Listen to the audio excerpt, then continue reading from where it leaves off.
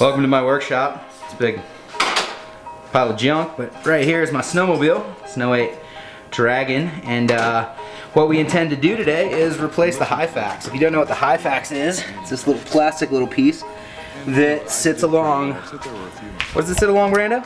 Your rear suspension rails. Yeah. What's the purpose of the Hyfax? The Hyfax is basically an interface between your track and the rails so that you're wearing out cheap plastic versus really expensive aluminum. So the first thing that Brandon here is doing is he's loosening the track. You can see he's just taking those bolts back a little. What is the purpose of loosening our track before we put it on its side? It'll give us a little bit of give in the track so we can actually grab hold of the Hyfax and move them. Just gives us more room to work. So the next thing we're going to do is we're going to pull our belt. We're going to pull the belt just to let the track spin freely so we can get it lined up so we can pull the Hyfax out of the windows. This is spreading the clutch, correct? Polaris was kind enough to, and most of the manufacturers for that matter, give us a tool that really easily spreads the secondary clutch, which releases all the tension on the belt. It makes it easy to take it off. Good. So why are you pulling that back out there, Brando? Just to make sure we don't hit it and break it off or bend it or cause any damage. If it's not there to hang up on, then we don't have to worry about it.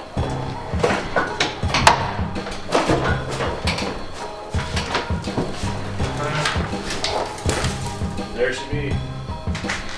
Now without the belt, we can easily turn the track and move it around. But we can also line up all of our windows so we can actually get in. And by lining up windows, we mean the windows that are back here. Those windows. So that we can actually pull the Hyfax out of there. Yep.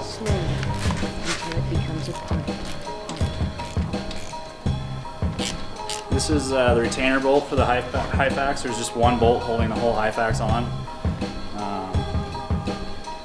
Just a little Torx. It's a 25 Torx on the Polaris. Most of them are Torx, but some brands still use a hex head. So, track tension. So in some instances you have to loosen the actual axle? Yeah, the axle is actually pinched down and there's spacers to make it so it can be tight all on its own. And then the bolts I was loosening earlier, the spacers, those just allow you to fine tune, and the axle actually locks it down. What do you think of this Hyfax, just looking at it? You're down to the nubby nub. You don't have much left. Yeah, you can see this little guideline right there? Yep. See how it disappears? You're down to the very end of it, and you can almost see, you're not through, but you can definitely see the dark aluminum through it. It's actually transparent, so thin it's transparent.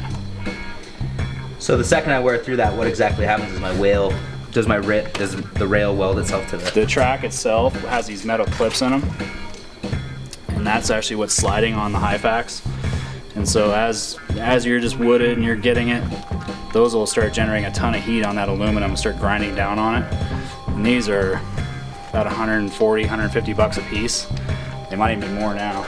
So you'd rather replace the $15 part versus the $150 one. Well, the reason why we use the cold chisel is cheap, and it just gives you a purchase, a bite into it. You can use a hammer rather than using fancy expensive tools. It just gives you an opportunity to get it done pretty quick and cheap.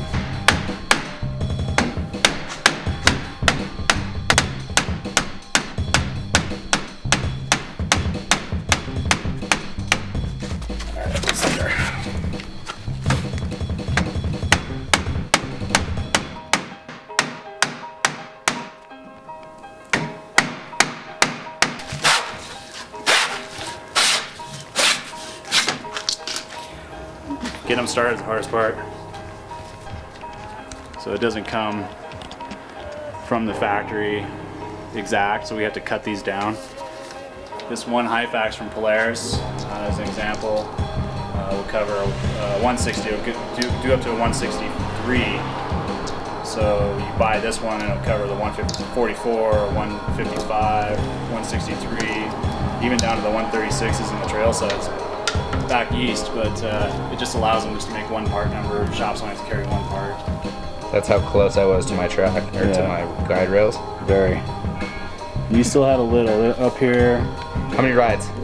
Oh, really depends. If you got into some ice or even a dirt road section, could have been done quick, like not very long at all.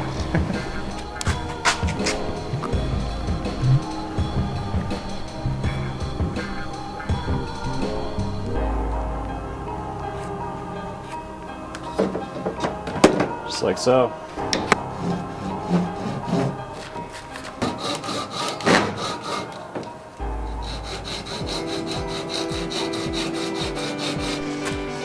All right, so we've got the Hyfaxes off. About to put the new ones on. What are we gonna do here?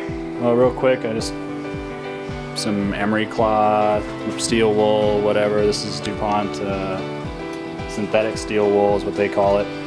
A little WD, and just kind of clean it up a little bit because it's been wrapped with dirt and it's rough. This will just make it easier for it to go back on and sit in there properly. What are you doing right here, Brando? Just knocking off all the burrs from cutting it. We used kind of a rough saw. Just all this little extra pieces of plastic. So now you're actually lubing the Yeah, just throw Hyfax. a little WD in there just to make things a little easier.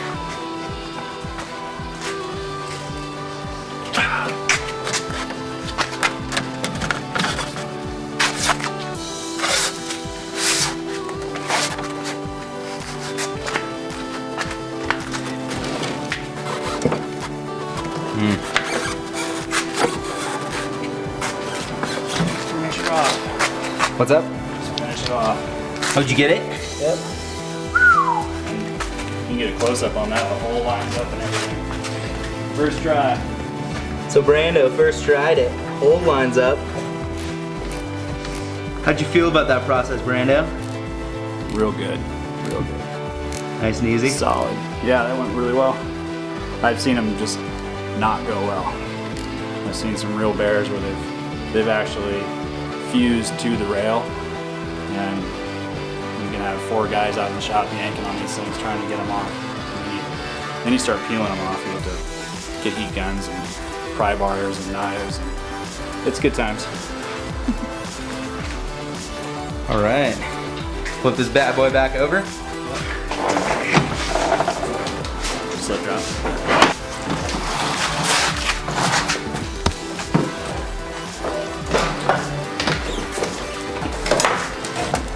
All right, this looks like mine. Now it looks like I need to come down here and just line that window up just a little bit so that this guy can come out. All right.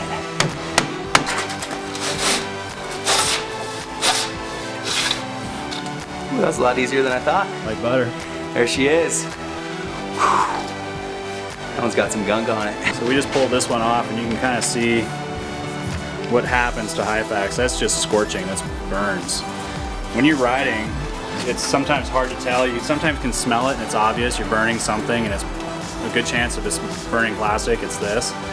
If you come back while you're riding, you can see the clips. You can see the plastic actually melted and it's splattering on the clips. It's wearing off the surface and shining that up, but on the outer surface where it's not touching, you can see where the plastic's building up on all these. So that's something you want to just keep an eye on and avoid. Because again, if you do go through these, it can be really expensive. Also, if you are riding and you're melting these and you stop, the track will seize. It'll weld itself to this plastic surface. And then once you get going again after you eat lunch or have your drink or whatever, you get going and you're not thinking about it, you grab a handful of throttle, you're going to burn a belt too. So it can turn into a really expensive day because belts aren't cheap anymore. They're $60 to $200, so. Scrubby time. It's hard to do and film. You wanna grab that? All right, so while mine was going in, it was catching on something we found out down there. And basically we want to keep this guide rail straight going in, not torque it up or over, just so that it slides real nicely up here. So I'm just gonna go ahead. Wow, look how easy that is. Gosh, one-handed even, guys. Oh, maybe not took about right there. Okay. Whew. Is that on? Oh, look at that, Brando. Oh, Lined right up. lined right up. Guess what? I don't have to worry about this for a whole nother, what, year, 2 years? Yeah. Sweet. Not so bad. Not so bad. How do you think it went on the whole, Brando? Real good. Better than expected. It went awesome. Real easy.